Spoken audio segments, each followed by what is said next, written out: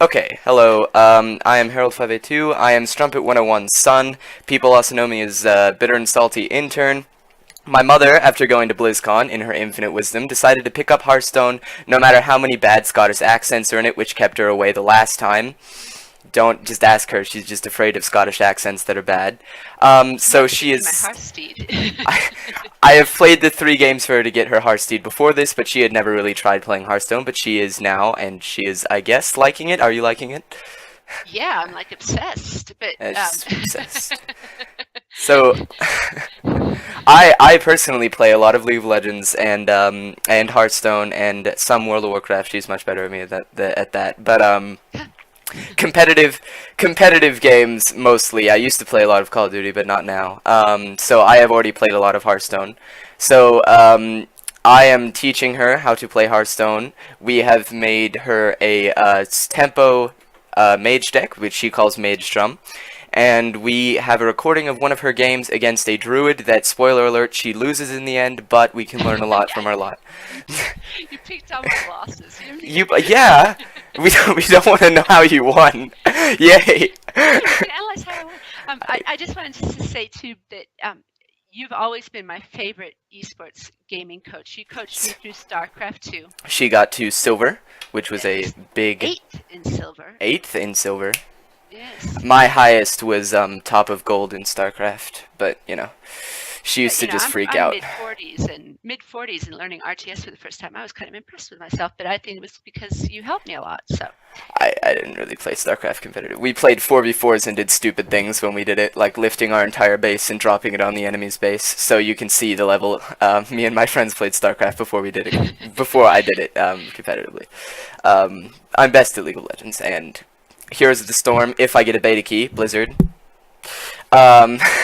So we're going to analyze my mother's loss. She meant to lose this to make the opponent feel better. So here we go. Is this the druid one? Yes, this is the druid one. Oh. We have a lot to learn from the druid one, Mom. Okay. So I don't have many cards. That's it. I just got 2 legendaries. First, we will be stopping at the mulligan. She's going first, so this is the amount of cards she will have. Traditionally, she has gone, you will only keep the 1 and 2 drops, which is a fine way to start if you are starting. However, sometimes that can go wrong if you keep things like Ice Lances, which are not really good in your opening hand. And there are some 1 and 2 drops that aren't really good in your opening hand, but it's a good way to start if you are new. So looking at this, you want to toss back the Polymorph and the Ice Barrier, because the Polymorph will only have value in the late game when you're trying to remove big threats, and you don't really want to Polymorph something that isn't dealable through other methods. Polymorph should be your last resort. I have to use Polymorph on this now. Ice Barrier keeps the same value no matter what through the game. It's good throughout the entire game. Yes.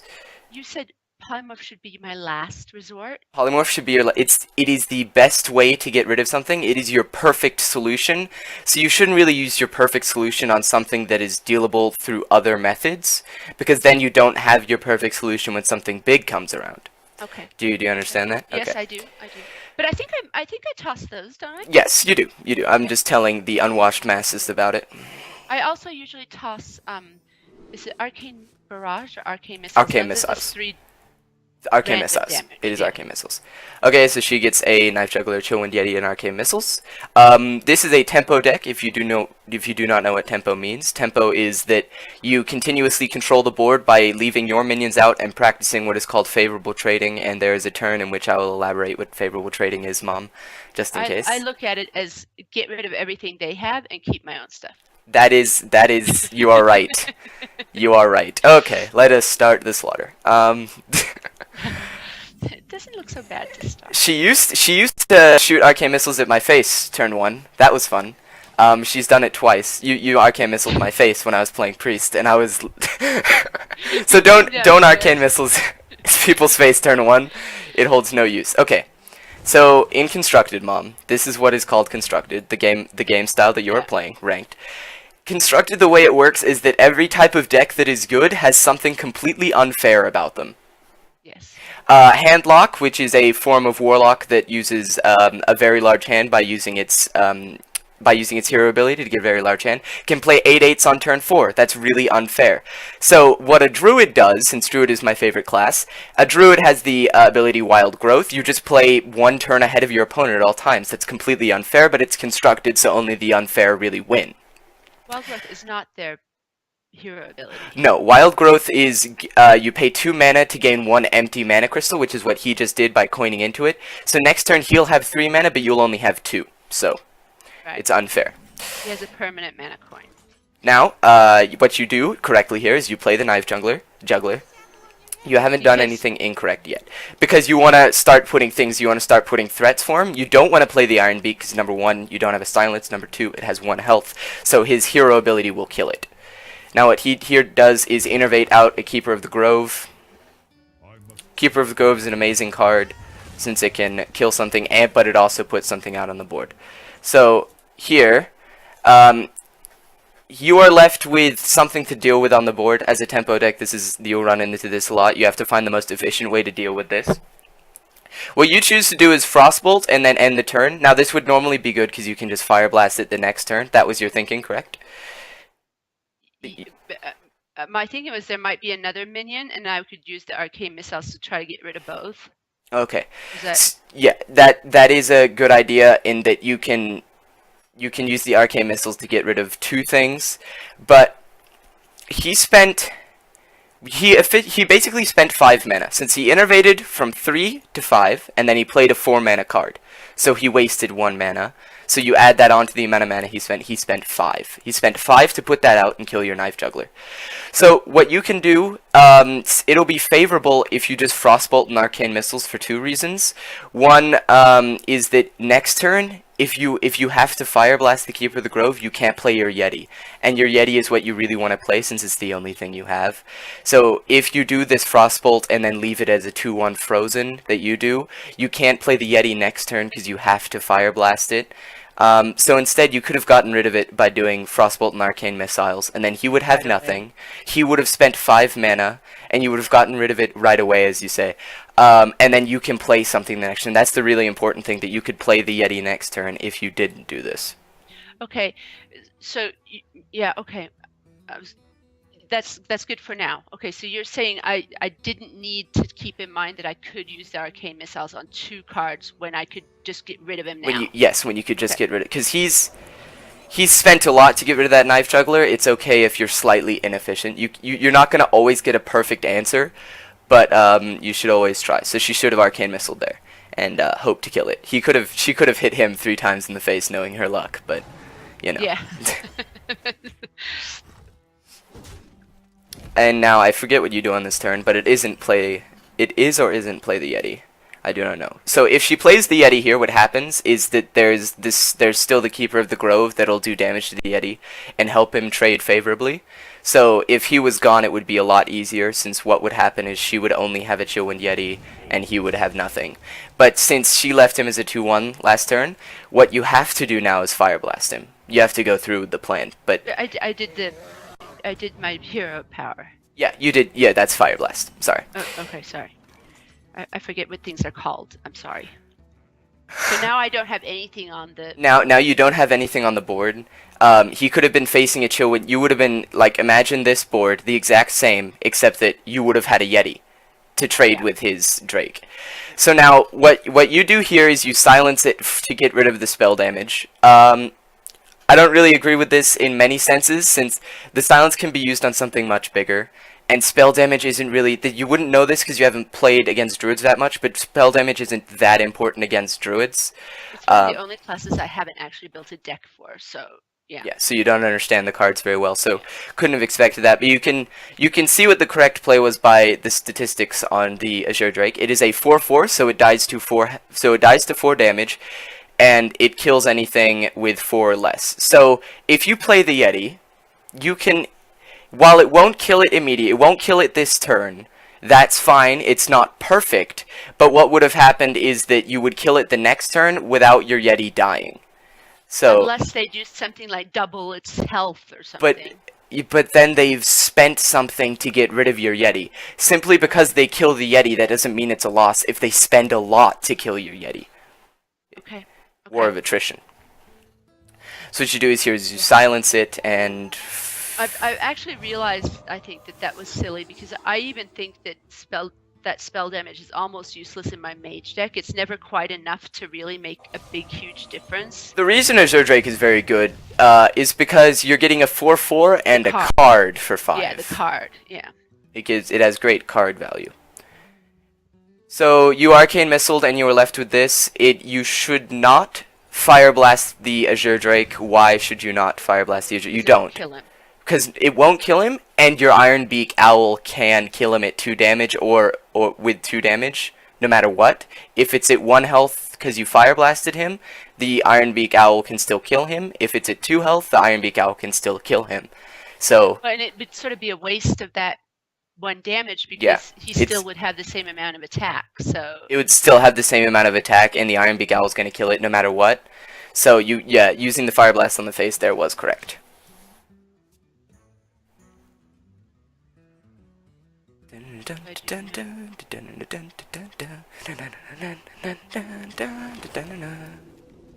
That is a very good Druid card. What was it? Wrath.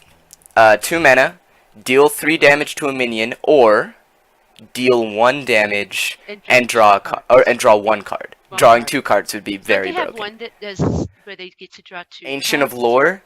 It's a 5/5 for 7, so 5 damage. I swear I see druids just like drawing cards. Cards come like flying into their deck.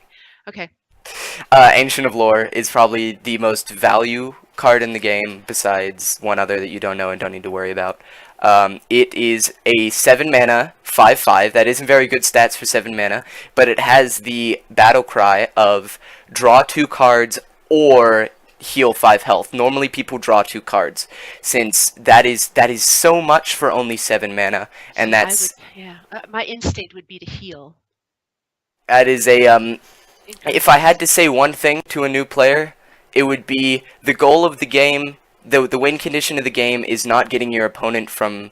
Well, the goal of the game is not getting your opponent from 30 health to 0. That's just how you win the game. What the goal of the game is to use the theme of your deck and use the win conditions that you set for yourself. Like for this deck, it's I control the board until I've gotten him into a state that he can't get back, and then I beat him in the face till he dies. But for a control warrior, it's not. For a control warrior, it's just clear the enemy's board until I can play Alexstrasza and then kill them. It's different for every deck, but it isn't. I will get my opponent from 30 to 0. Don't put so much value in your own health, because it's just a resource that you can use. Okay. Yeah, you keep telling me that. It's something I'm getting used to it. I'm better. Yeah. Bam. If you would like to know where I stole that philosophy from, Trump, twitch.tv/TrumpSC. He's the best Hearthstone streamer. I met him. Found his decks online. So yeah. Now I'm still here with nothing in front of me, which is silly. Yes, which you should have had a Yeti at this point. I wouldn't have done this because odds are you're not going to kill it. You're not going to get the 2 onto 1, and now you're just down 1 arcane missiles. I probably would have fire blasted it. Okay. It's because if he attacks your face, that's the Ancient of Lore is talking about. Yeah. I probably would have fire blasted the Drake, because that way, if he attacks your face like he did, you can just fire blast it again next turn. Okay, so you're left in this scenario. So this is looking at dire straits. He has a lot of cards, and you have none. I'm still thinking I have a chance. Yeah, you do. You do have a chance, but it's really hard for druids. This is something you wouldn't know. It's really hard for druids to lose board control. They have so many, what I'm going to call efficient minions. Yeah. So what do you think you should do in this scenario upon a second watching without knowing what you do next? I can't remember what I do next. That doesn't matter. What do you think you should do? I think I should. Is that Fireball I've got there? Yes, that is Fireball. I would Fireball that Ancient of Lore, and then I would Yeti the Drake. Yes, correct on both. And then I have 2 left, so I would hit him in the face. You have 3 left. 3. Oh, so I'd minion and I'd do my taunt, my mirror images, and then I'd hit him in the face. Now, why is... Okay, so after you fireball the Ancient of Lore, and you kill the Drake with your Yeti, what is your Yeti left at? 4-1, right? So, his hero power could kill that. Now, the reason why it's still okay to trade the Yeti into the Drake is because you can mirror image, and he can't hit past it to do the 1 damage left on the Right. Yeti. So, yeah, you understand that? Now, Yeah. I do not remember what you do, actually, but I know it's wrong. So... Is that what I should have done? What I Yeah, said? what you said was what you should have done. So you have the Play the- potential. You have the power. Sometimes I forget how much damage. That just comes from game knowledge. It's yeah. You might actually do the correct thing. I don't know. Yeah, but then it's what I do after that. That's Yeah. I do use those. So there's not one big glaring issue in this game. It's that you made a lot of things Early mistakes. Early mistakes where you weren't realizing how you're meant to win with your deck. You have to get that Yeti out, you have to get that Water Elemental out, and then you can start clearing their stuff. Now, it's just unlucky that he had another Wrath, but... You told me there's no such thing as unlucky. There is such thing as unlucky. I never said that. But, yeah, Molson says unlucky. Two taunts should have been good there. Oh, there we go. Okay. Normally the 2 taunts should have been good, but you can't plan for every scenario. Now,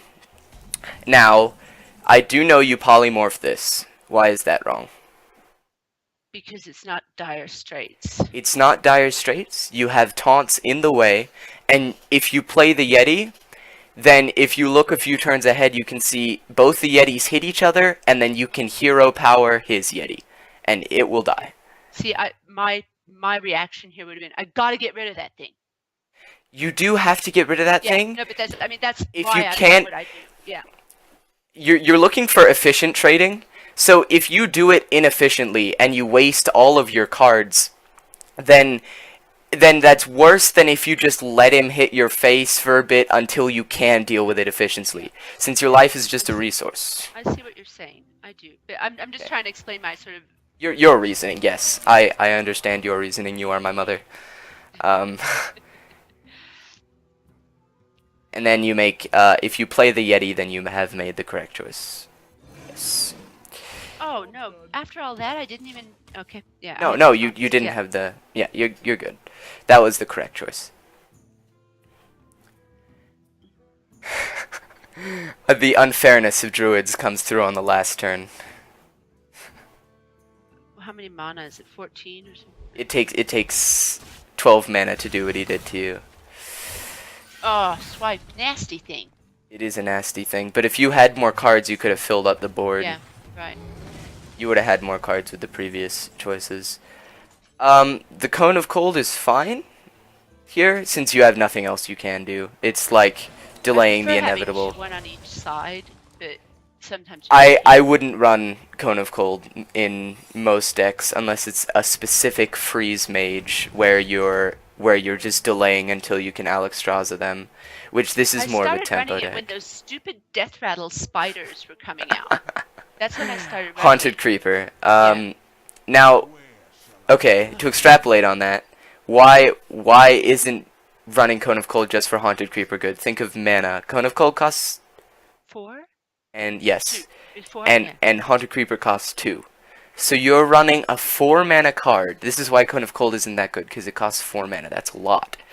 It does 3 damage and it freezes 3 minions, but you're not killing them, and you are not dealing with the threat effectively. But you're wasting 2 mana if you're using it just for a Haunted Creeper, since the Haunted Creeper costs 2 and the Cone of Cold costs 4. So the difference between that is 2. So he has come out 2 mana ahead if you use it on a Haunted Creeper. I shouldn't have played my secret here. I should have hit that thing with my hero power, shouldn't I? It has 3 health. I don't mind the secret here, but at this point, it's very hard for him to lose. He has so much board control. It's early mistakes. I've got nothing. Yeah. Well, you have 3 armor and a hero power. And now Yeah. you have 2 cards. And 2 cards. Now you get Flame Strike here. There's no way you could have anticipated that he could do 22 damage in a turn. For one, because it's very improbable for him to have all of those cards, to have the perfect set to do 22 damage.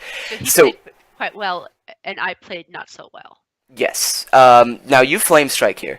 Flame striking isn't really wrong, because you can't anticipate that he can do 22 damage next turn. That's preposterous, but you're meant to be unfair and constructed, so he just happens to have the 4 cards you need to do 22 damage. So if you knew that he had that, then playing Ice Block would be right. But you don't know, so you make the choice that would be right in the most scenarios. Yeah, you thought you had enough, and it would be normal to think you had enough. Don't think that it was wrong to think you had enough, because Druids normally do not have this. A rule of thumb for Druids is if they're at 9 mana, they can do 14 damage to you. 2 specific cards. If they're at 9 mana, they can do 14 damage. Like the 7.5-minute Zergling Rush. Yeah. See, I remember everything you taught me. Okay. Oh man, look at this. Okay, so this is okay. Oh wait, ignore the innervate. So he just played Force of Nature to make 3 trees. That's 6 mana. And then he played Savage Roar, give all of your characters +2 attack. That is 14 damage. That is the 14 damage I was talking about. Yeah. It costs 9 mana to do that. As a rule of thumb, don't leave yourself under 14 health over turn 9 against a Druid. Now, he just happened to have Innervate Savage Roar again, and he could do 22 damage. So yeah, the early mistakes in just giving up board control when you didn't have to. You didn't really have to do that. You didn't. Yeah. Yeah. So you could have had stuff out. Yeah, if you had stuff out, you didn't need to deal with this stuff immediately. You could have put stuff out, and those things would have dealt with the things he had out eventually. You wouldn't have had as many cards either, because he wouldn't have been doing those 1 damage shots. And yeah, he was getting great value out of his hero power that game. I'm So yeah, it's a he. That's not very fair, but yeah. you know, whatever. A person. Yeah, A person. human. Unnamed person. I actually know their name. Okay, so Thank you. you are welcome. I will go downstairs and talk to you here soon. Okay, but thank you, because all that makes so much sense when you say it like that. You know. Yeah. Well, Can I ask you one question about Mulligan? yes. Say you have nothing really spectacular, and Okay. you have Arcane Brilliance. Arcane Intellect. Yeah, whatever. It's called Brilliance in WoW. In WoW. Are we playing WoW? No, but would you keep it so that you know you have those 2 cards coming up, or would you toss it? I would always toss Arcane Intellect. Yeah. Because It can't do you any good. it's not well, number one, you're a tempo deck, so what you're doing is just affecting the board. What you want to be doing is playing cards that affect the board. Arcane Intellect does absolutely nothing to him. It gives him no threats, and it uses your mana. It's good in the late game when you already have stuff out that can that are already affecting the board enough that the fact that the Arcane Intellect doesn't affect the board doesn't matter, so you can be good for the next turn. But in the early game, it's typically not good because you aren't stopping him from doing anything. So for 3 mana, he's just gonna roll over you. Yeah. Statistically, he's a he. Yeah. Okay. Yeah. No, you're Okay. right. Okay. Well, thank you. You are I welcome. think you should go over my improvements at a later date. Improve. Oh, at a later date. Okay. So tomorrow or something. Next weekend or something. Next weekend or something. Molson. Okay. Yeah. Thank you. Okay. Thank you. You are welcome.